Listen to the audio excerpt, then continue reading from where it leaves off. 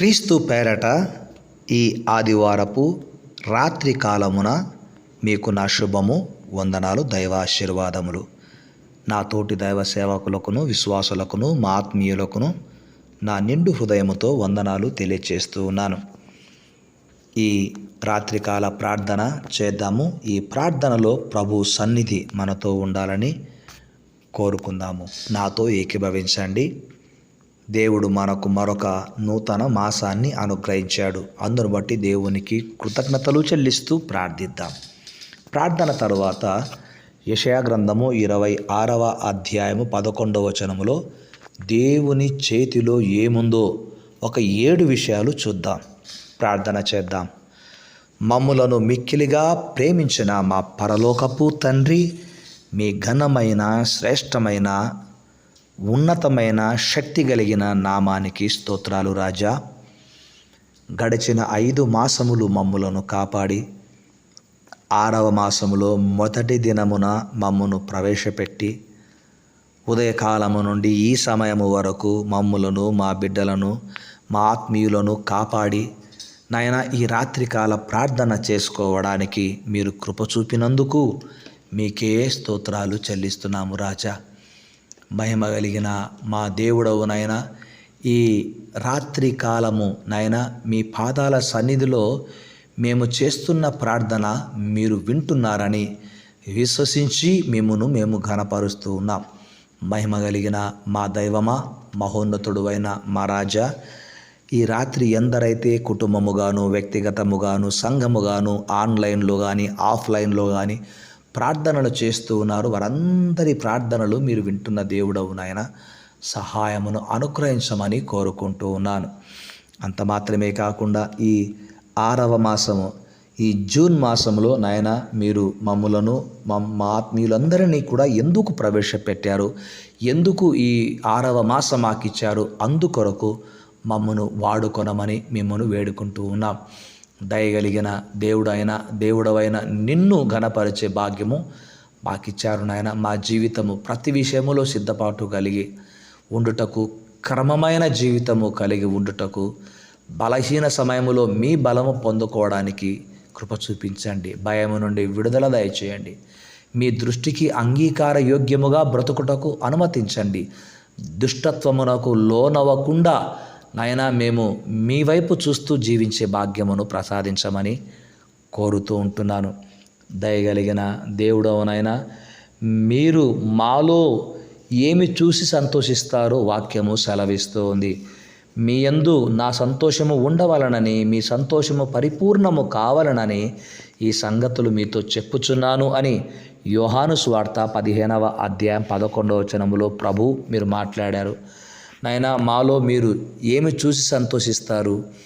1 పశ్చాత్తాపము, 2 విశ్వాసము, 3 భయభక్తులు, 4 యథార్థత, 5 న్యాయము, 6 దీన మనసు, 7 మీకు ప్రార్థించే జీవిత విధానము, 8 ప్రభువా మరి నిరీక్షణ. వీటిని బట్టి దేవా మీరు సంతోషిస్తారని మీరు మాకు తెలియచేశారు. అందును బట్టి మీకు వందనాలు నాయన. ఈ రాత్రి కాలమున మేము ప్రార్థిస్తూ ఉన్నప్పుడు మా ప్రార్థనలు మీ పాదాల సన్నిధికి చేర్చబడి ఈ రాత్రి మాకు మంచి నిద్రను కలగచేయండి. మీ దర్శనములు మాకివ్వండి. ప్రయాణము చేయుచున్న బిడ్డలకు క్షేమమును, భద్రతను, ప్రమాదముల నుంచి తప్పించి అనుగ్రహించండి. ఈ రాత్రి తన ప్రియులు నిద్రించుచుండగా ఆయన వారికి అనుగ్రహించును అని మీరు వ్రాయించారు. సంతానము లేని బిడ్డలను ఈ రాత్రి దర్శించుదురుగాక. మానసిక ఒత్తిళ్లతో నిద్ర పట్టక బాధపడుతున్న బిడ్డలకు మానసిక ఒత్తిళ్ల నుంచి, ఆ సమస్య నుంచి విడుదల కలుగునుగాక. షుగర్తో బాధపడుతూ, అరికాలి మంటలతో బాధపడుతున్న వారికి ఈ రాత్రి నెమ్మది కలుగునుగాక, స్వస్థత కలుగునుగాక. బీపీతో బాధపడుతున్న వారికి బీపీ నుండి విడుదల కలుగునుగాక. థైరాయిడ్తో బాధపడుతున్న వారికి థైరాయిడ్ సమస్య నుంచి విడుదల కలుగునుగాక.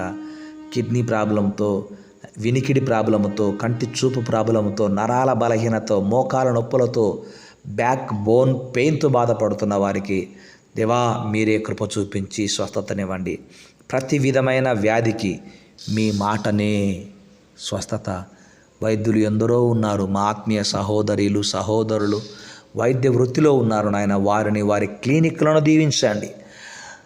మా ఆత్మీయ సహోదరులు సహోదరుల యొద్దకు పేషెంట్స్ వచ్చినప్పుడు అక్కడ యేసునామములో స్వస్థత కార్యం జరుగును గాక. తండ్రి మీకే వందనాలు. వారిని వారి బిడ్డలను కూడా దీవించి ఆశీర్వదించండి.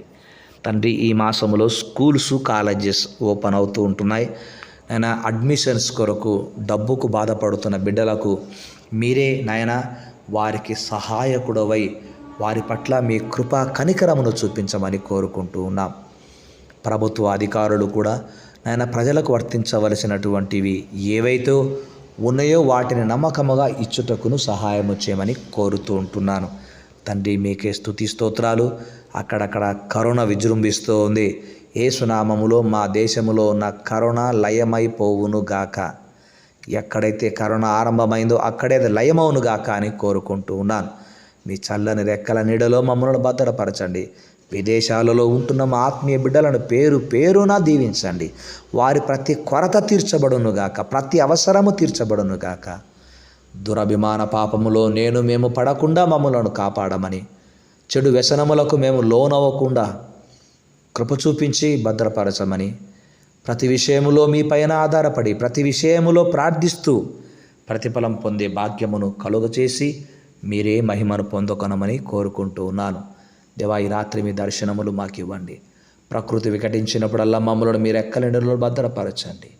ముఖ్యంగా ఈ రాత్రి ఎందరైతే ఆకలి దప్పులతో బాధపడుతున్నారు, రైల్వే స్టేషన్లు నాయన బస్ స్టాండ్లు ఫుట్పాత్ పైన ఎక్కడైతే ఉన్నారో వారందరికీ ఆకలి బాధలు తీర్చబడునుగాక. కార్యములు జరిగించమని మీ కాళ్ళు పట్టుకొని బ్రతిమలాడుతున్నాము తండ్రి. సహాయం చేయండి. అక్కడక్కడ VBS జరుగుతూ ఉంటున్నాయి.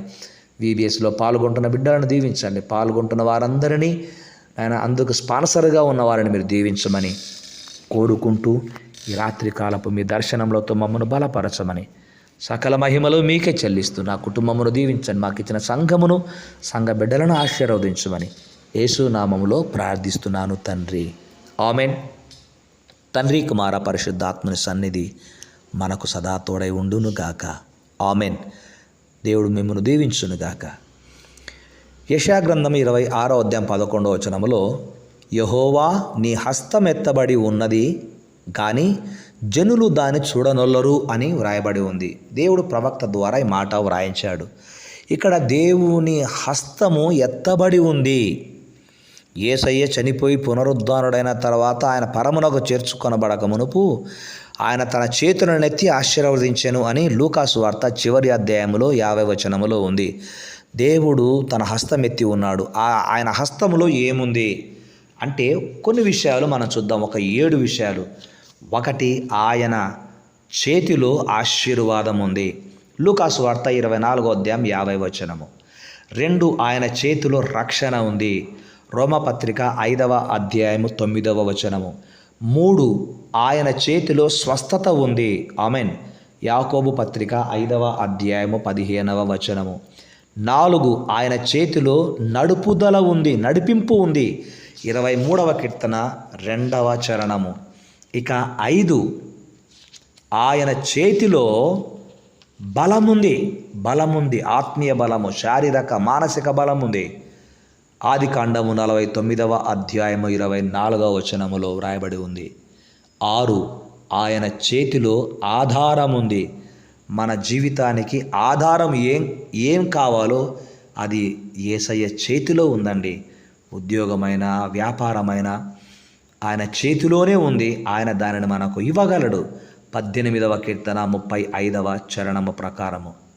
ఇక 7, దేవుని చేతిలో భద్రత ఉంది. భద్రత. దేవునికి మహిమ కలుగునుగాక. యోహాను సువార్త 10వ అధ్యాయం 28వ వచనం ప్రకారము ఆ భద్రత మనకును మన బిడ్డలకును వారి బిడ్డలకును విదేశాలలో ఉన్న వారికి సైతము ఈ మాసమంతయు ఈ సంవత్సరమంతయు మన జీవితకాలమంతయు ఆ భద్రత, యేసయ్య భద్రత, యేసయ్య సహాయము మనకు సదా తోడై ఉండునుగాక. ఆమెన్. ఆమెన్. దేవుడు ఈ రాత్రి మిమ్ములను మీ బిడ్డలను ఆత్మరూపిగా దర్శించి బలపరచునుగాక. ప్రతి విధమైన కీడు నుండి తప్పించునుగాక. ఈ రాత్రి సంతానము లేని ఆడబిడ్డలకు సంతానాభివృద్ధి కలుగునుగాక. వ్యాధుల నుండి స్వస్థత కలుగునుగాక. ఆమెన్. శుభరాత్రి.